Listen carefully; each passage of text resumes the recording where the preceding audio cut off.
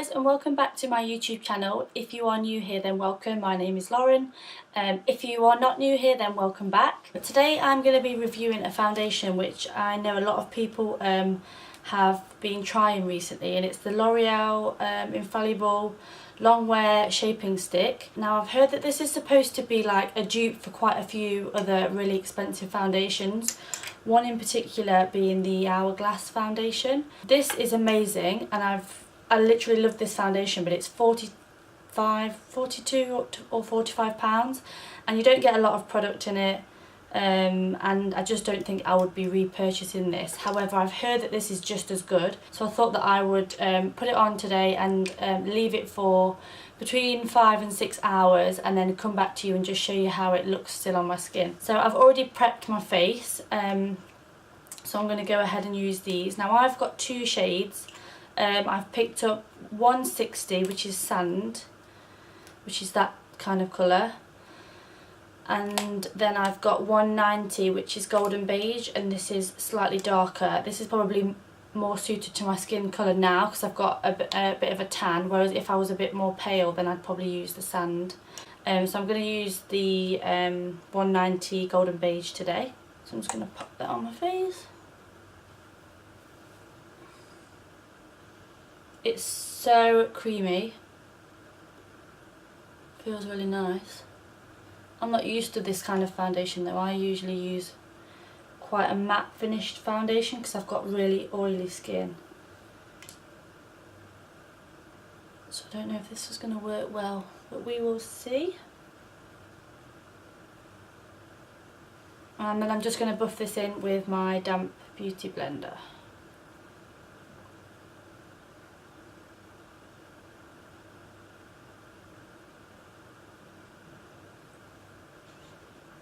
It blends really well,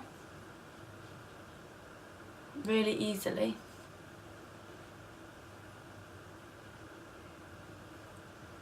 I think that's quite a good colour match. Even when I've got a tan, I usually go a little bit darker than what my actual skin colour is because I prefer more of a golden look. And if it is a little bit too dark, once I've got all my concealer and everything on, it usually blends in quite well anyway.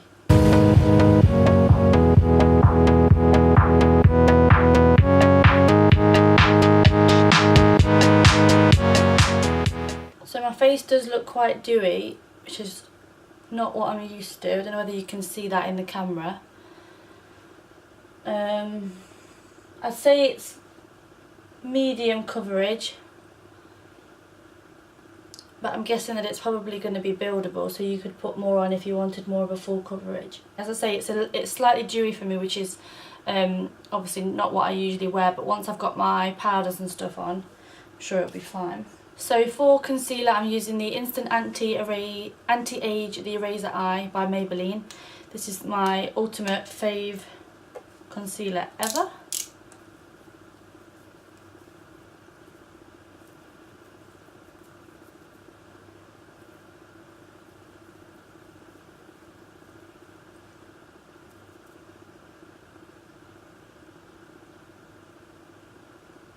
And I'm just blending this in with the same beauty blender that I did my foundation, but I use that end for foundation and then the pointy end excuse me, for concealer.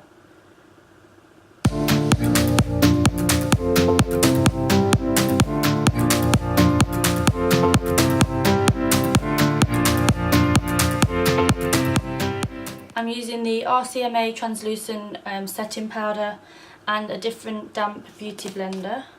I'm just going to put this under my eyes. This step will hopefully get rid of the dewiness, because if I didn't set my face, this foundation would definitely not last all day. I can tell you that now for a fact. So I'm just going to go ahead and set my whole face with this.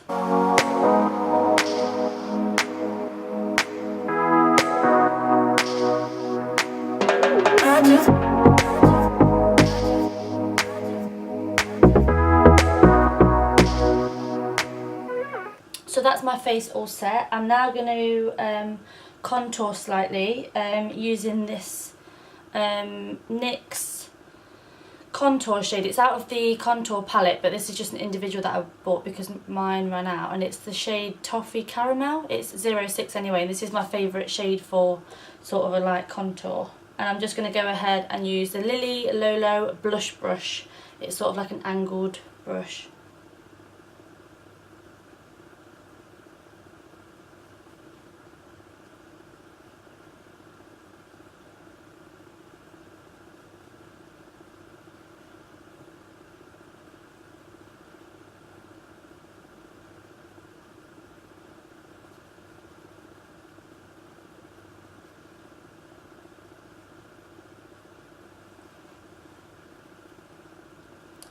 Obviously bronzed forehead to create the illusion of a smaller forehead, because mine is like a 5 head.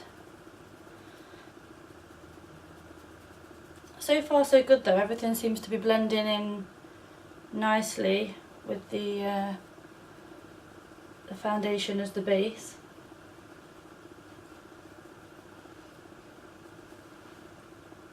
Then for highlight, I'm using my trusty Becca Cosmetics highlighter in the colour Champagne Pop, and I'm just using this Luxe highlighter brush, which is 105 from Zoeva. I love this brush. I'm so annoyed though because this is the second of this highlighter that I've had and it's broke. They always break. My first one broke as well.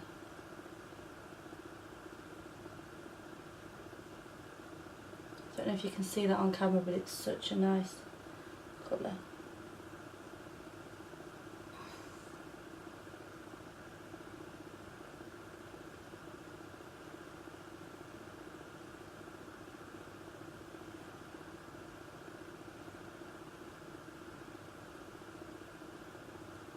And once I've done my highlight, I go back in with another bronzer just to warm up the whole face, and this is the Mineralized Skin Finish in Dark Deep, and I just use the NYX makeup brush in 102, and I just put this all over my face.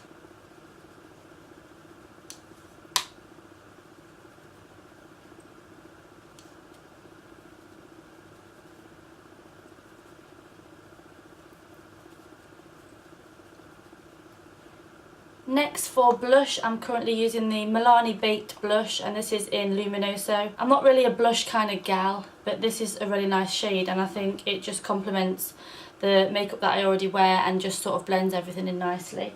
And for that I'm using a really old Bare Minerals makeup brush. This is the Flawless Face brush. On my nose.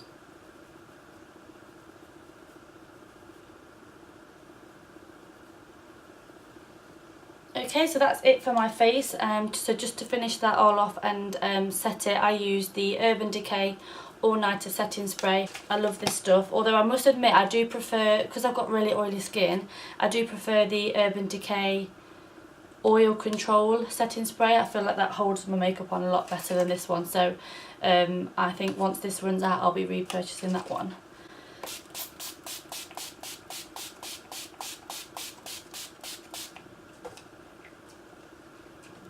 Such a nice feeling doing that at the end. And then for lips, I just use a cotton bud to take off all of the makeup that's sort of got on my face, got on my lips, sorry.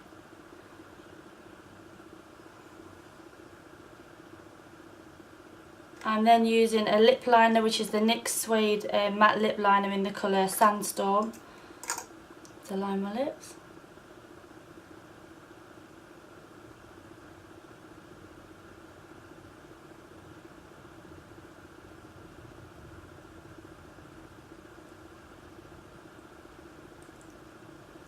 It's only a very natural lip liner, and then I sort of smudge it in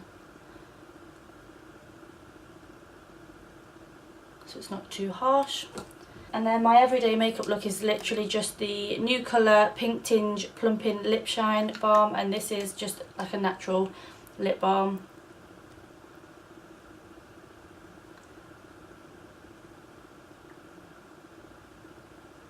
I'm running out of this.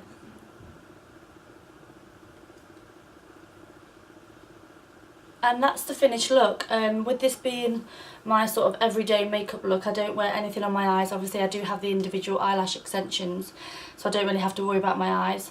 And yeah, this is what I would do on an everyday basis. Obviously this foundation is new, so what I'm going to do now is leave this on, like I said, for probably maybe 4 or 5 or 6 hours and just see how it works. Some foundations, when they're really oily, they basically make my skin look like the makeup's just sitting on it, and it doesn't look very nice. So with this one being quite an oily, creamy foundation, I've got a feeling that this one might do that, but I'll obviously let you know and check back in with you in about 5 or 6 hours and let you know what I think. So I am back now after 5 hours and I'm not too sure how I feel about this makeup. As you can see, my forehead looks quite patchy where I feel like the makeup has moved quite a lot. My face does look really oily. Sorry if the lighting is not very good, by the way. It's just starting to get dark. It's chucking it down with rain and I wanted to use the natural lighting quickly before it goes. So yeah, apologies if the lighting does go a bit dodgy. With regard to the makeup, I feel like, don't know whether you can see, but like if I was to, no, you can't really see on the camera, my forehead does look really patchy.